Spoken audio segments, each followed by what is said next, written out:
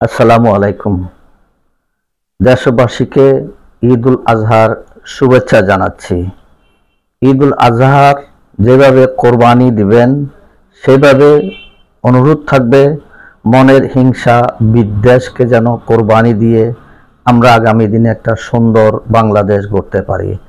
আমরা যাদের আত্মত্যাগের বিনিময়ে জুলাই আগস্টে যারা শহীদ হয়েছেন তাদের প্রতি সকলের দোয়া থাকবে এবং দেশবাসী যারা নারীর থানে দেশে ফিরে যাচ্ছেন তাদেরকে যেন আল্লাহ আবার সহি সালামতে নিজ কর্মস্থানে ফিরে আনেন সে আশা ব্যক্ত করে সবাইকে, দেশবাসীকে ঈদের আন্তরিক শুভেচ্ছা ও অভিনন্দন। আল্লাহ হাফেজ।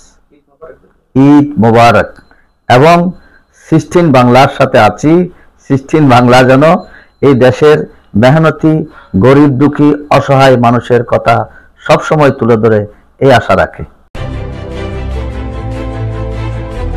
16 বাংলা টিভি, আবহমান বাংলার মুখ।